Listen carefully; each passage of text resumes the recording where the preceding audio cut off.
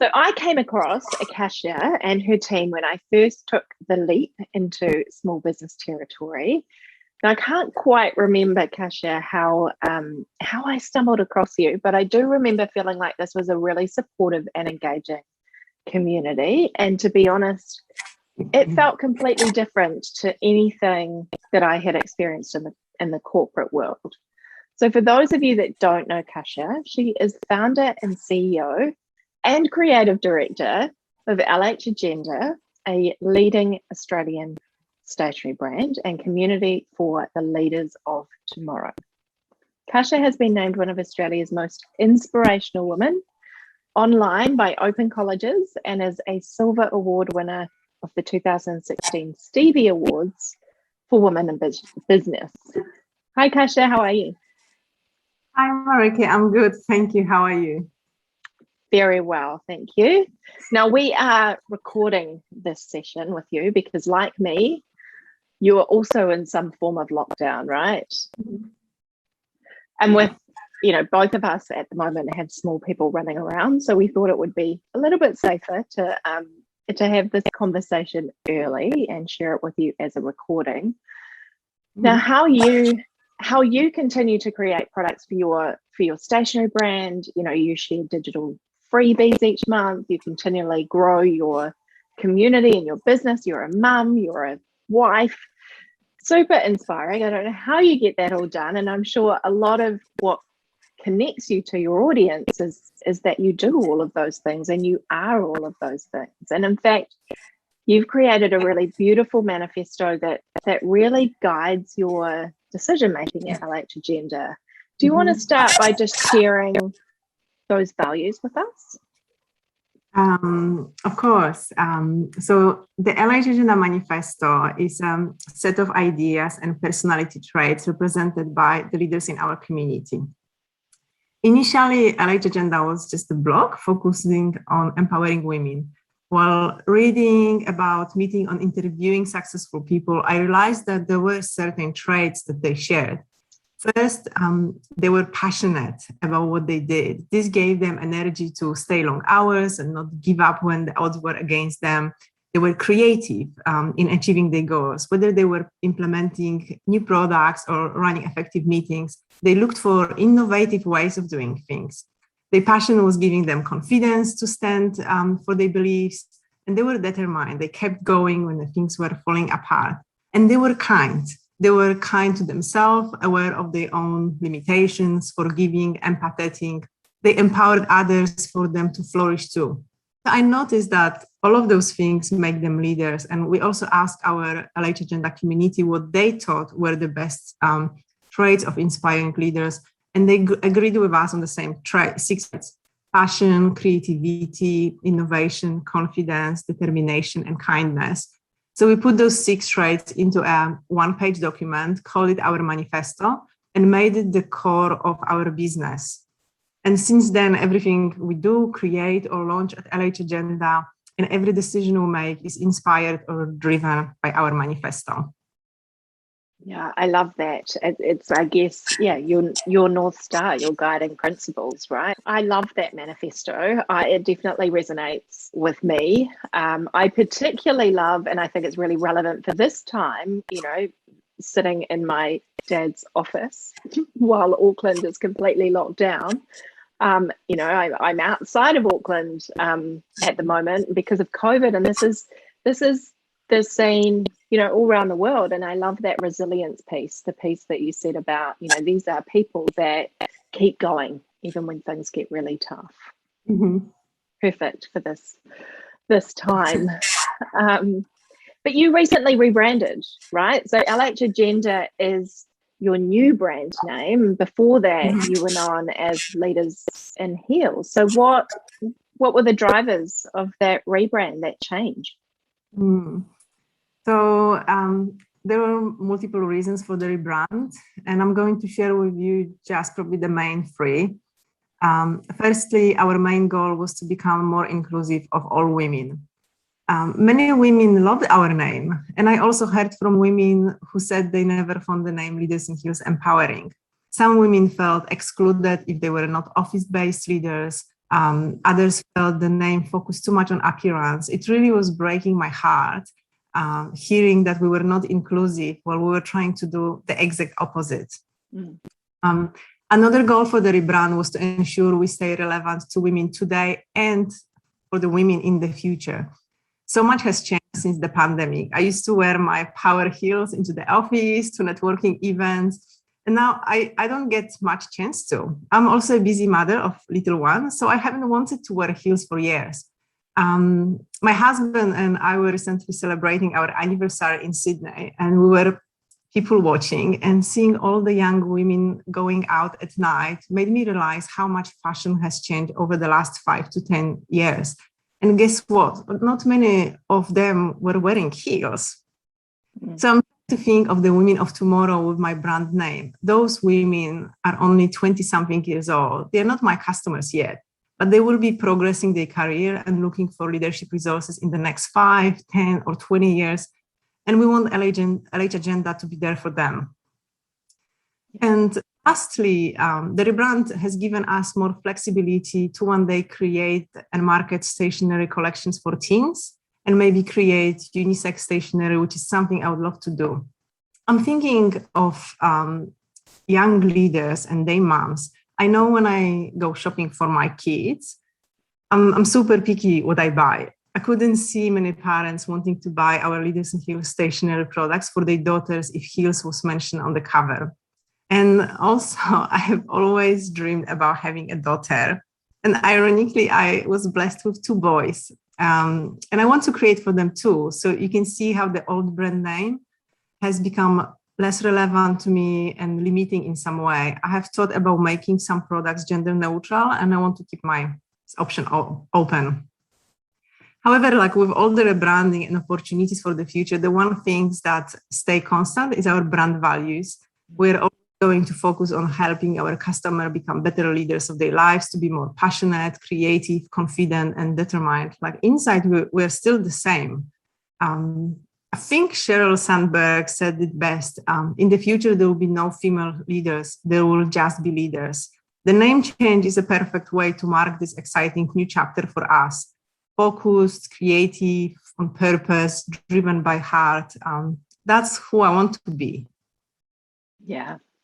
And I think, when we go out and we create these brands, we don't always think of that evolution and who our customers might be that far into the future. So we limit ourselves because we're not looking further ahead enough, I guess. And the world changes. What has happened in the last couple of years, if that hasn't taught us that, I don't know what would. So yeah, I guess it's having that long-term view, which you clearly had when you're establishing your values, because those values are ingrained in you. They don't change, but the brand name wasn't necessarily reflecting all of what you stood for, or who your future clients wanted to be. And I think that's a really important point, that your brand values remain the same, and ideally your brand would be an evolution, not a revolution. But sometimes you have to make that tough decision. Rebrand is a major decision, and I think your drivers absolutely make sense. From my perspective, I love what you've done with LH Agenda. I'll be honest, Leaders in Heels never really resonated for me either. As a woman, and as a woman that does, well, I don't know the last time I wore heels, to be honest, but similar to you in that corporate world, I definitely did, and yet that name still didn't feel like me. So I think you were really brave to go for it. I think so many brands and business owners in your situation would have actually just stuck with the status quo, because it's already a very popular brand, very well known. So I'm interested to know, how long did that rebrand process take, and what steps did you have to go through? What were all the little micro decisions that you have to make along the way, and how did your manifesto and your values help you make those decisions? So it was a very difficult decision for me, and it definitely didn't happen overnight. It probably took around 3 years since I first had the thought of rebranding before I actually started to action it. It would have much been easier to leave everything as it was, and that's what I've done for quite a long time. Early on, we invested so much time and money in growing the brand, the trademarks, the designs, but the thought of rebranding just kept coming back to me every year, and I just couldn't stop thinking about, like, what if we change? So I just knew I needed to take the risk and do it. And once I decided, there were also so many ways I could go about this. So firstly, we could have kept Leaders in Heels as a community and launched an entirely new brand for stationery products. We could have also launched a sub-brand of Leaders in Heels for the stationery side of things, or Leaders in Heels could have become a sub-brand if we create a new brand that sits above the Leaders in Heels. So ultimately, I didn't love any of these directions because we would have to grow and maintain multiple brands and social media profiles. And then there was also the big question, where would the manifesto sit? I just couldn't separate our community from our stationery or use the same manifesto for multiple brands. It just didn't make sense. So the thing that felt most right was replacing Leaders in Heels with a new, fresh brand name, LH Agenda. Although it was a big job to implement, it really aligned the best with our brand values and long-term vision.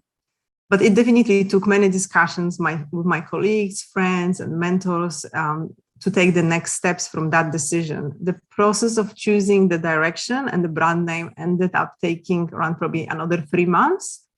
And they say that the most creative ideas come to us when we are relaxed. So I came up with the name LH Agenda while swimming. Perfect. Yeah, you needed to take your mind out of it and digest it. Yeah, that's but that was definitely a long process. Mm-hmm. Yeah, and I think everything was clearly pointing you down that direction. There was just a lot of resistance probably for a couple of years until you really knew that you had to make that move. Yeah, and it is an investment. You're right. You know, when you create a brand, you're spending a lot of money in creating it and designing it and building it, but also trademarking it and protecting it, and a lot of investment, and a lot of investment for your customers too, because you communicated with your customers throughout that process. I know, because I am one of them. And you had such an engaged network. You got a lot of feedback. How did the community feel about those changes? So the decision to change the name ruffled some feathers. It also created lots of questions and some confusion. Our goal for the rebrand was to keep all the stationery products and our community loved and the values behind them, while welcoming more people into our awesome community. It was well-intentioned, right? But some people didn't see it that way. We lost some followers and gained criticism. Some people thought we were closing down.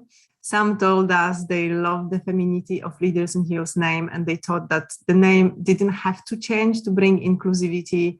Some said they were sorry to see us to make the change just for men, because they thought the scales were already tipped so heavily in men's favor. And I think they missed the point that including men was the least priority of our reason for the change. The main reason was to be more inclusive to all women. However, on a more positive note, just as you said, many people also shared that they love the excitement of our rebrand because they love the stationery we created, but the brand name was outside of their comfort zone. So the truth is, there will always be people who criticize your decision, both in business and life. People often resist change, and they like to tell that the business model that worked yesterday will continue to work indefinitely. But as CEO, my job is to be the business visionary and look ahead to our future. People who decided to unfollow us weren't really our true people. They weren't interested in our values and the products we create. They just like the surface stuff, the name. Maybe they weren't even our customers. So My decision to write an exciting new chapter for my business was on purpose and driven by heart. And I've done it for myself as well. So when I owned that and stepped into the comfort of my decision, I started to get a bunch of support from the LH Agenda community. Our loyal community understood that we weren't going away and that we would always remain committed to empowering women. Now that powerful women aren't mentioned directly through our brand name, we are careful to keep mentioning it indirectly on our website content and product design. So that's the biggest challenge. How do we be recognizable as a brand for women? Yeah, right. Yeah, I mean, there's always, with a rebrand like that, you're always going to lose customers. You're going to confuse people, and I think, it's a process that gets to be managed. And my experience of the way that you did it, it was managed really well. And there's a lot more information on the LH Agenda website about the process and about the rebrand there too. And I love what you say around, the bravery in those values. What's the point of having a manifesto if they're just words on a piece of paper? You've got to live and breathe them. And sometimes if you stand for something really strongly, you're going to attract people with the same value sets, but you're also going to repel people who don't have the same value sets, and that's okay. Yeah. How does your community feel now that it's out? Because I guess initially with the early communications, you can't really share very much. It's just a heads up that something is coming. And so that's when you get a lot of resistance and fear because people don't like change. But now that it's all out and communicated. I think the fact that we had that first early email telling people that we are changing the brand name and giving them the reasons, answer lots of questions. So when we announced the new brand name, it hasn't been like a big surprise anymore, and lots of people welcome that new brand name. Yeah. It's not a huge shift from where you were. It wasn't such a huge difference. Like in the end, when you visit our website, it just looks similar. It just have a little, and we kept the same icon. It looks very similar. Yeah, because it's values led, and those values haven't changed. Is there anything that you would have done differently if you were starting out to potentially avoid a rebrand like this? Any tips for someone in a similar position who's maybe sitting there thinking, I don't love my brand. Do I need to do a rebrand? Yeah, changing is a really big job. So rebranding for us meant that we had to change the website URL, all social media channels, previously published documents such as ebooks or freebies, all contact forms, all welcome email sequences, wholesale registrations, ATO, ASIC, car registration, insurance, like literally everything had to change. So 3 months post rebranding and we are still updating. So yes, a brand name is definitely an important and expensive decision. So I just have to say, I'm not an expert in naming businesses, but I can tell you what my objectives were when choosing a brand name for the second time. So first of all, I wanted it to be meaningful and to have a story behind it. That's why we kept the letters LH to honor our company origins and for it to be a reminder of the Leaders in Heels values. I also love the word agenda because it has multiple meanings and they are all very relevant. I also wanted the new brand name to be short, to have a .com domain available. And that's a big challenge as well, to find a domain. Not to be discriminatory in any way. So it can be suitable for teens, children, or unisex products. We wanted it to be vague enough to allow us to grow beyond a stationary brand long term. One day we may expand our values or our message of empowerment to all aspects of everyday life, such as fitness or office decor or home decor, tech products. We wanted the name to let us keep our options open. And This is more a personal one for me. I wanted the name to sound and feel right and be easy to write, spell, and say, especially with my Polish accent.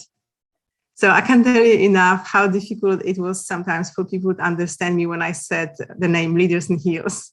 And so I would spell out the name, and then they would ask me if I sell shoes. Yeah. I really like that we changed the name. And lastly, I wanted to make sure the brand name didn't have a direct meaning, such as, I don't know, LH Stationery or Inspiring Leaders. So if we ever end up changing a business product or business direction, the brand name can evolve and grow with us. That's probably my biggest tip to others thinking about rebranding or choosing a brand name. Choose a name that signifies who your brand is, but also keeps your options open for growth. Yeah. And that's probably the biggest lesson, right?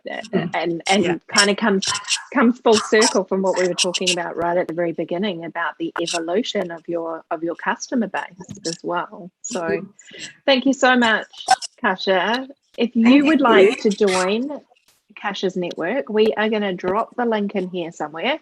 It is free to join, and you'll get a welcome pack, and each month Kasia sends some really inspiring digital gifts. There's loads of invites to events, to general, business tips and tricks. So we will drop it into the chat here too. It's a really generous community, completely on brand and aligned with the manifesto. Thanks again, Kasia. It's been great chatting with you today, and we'll speak again soon. Thank you so much.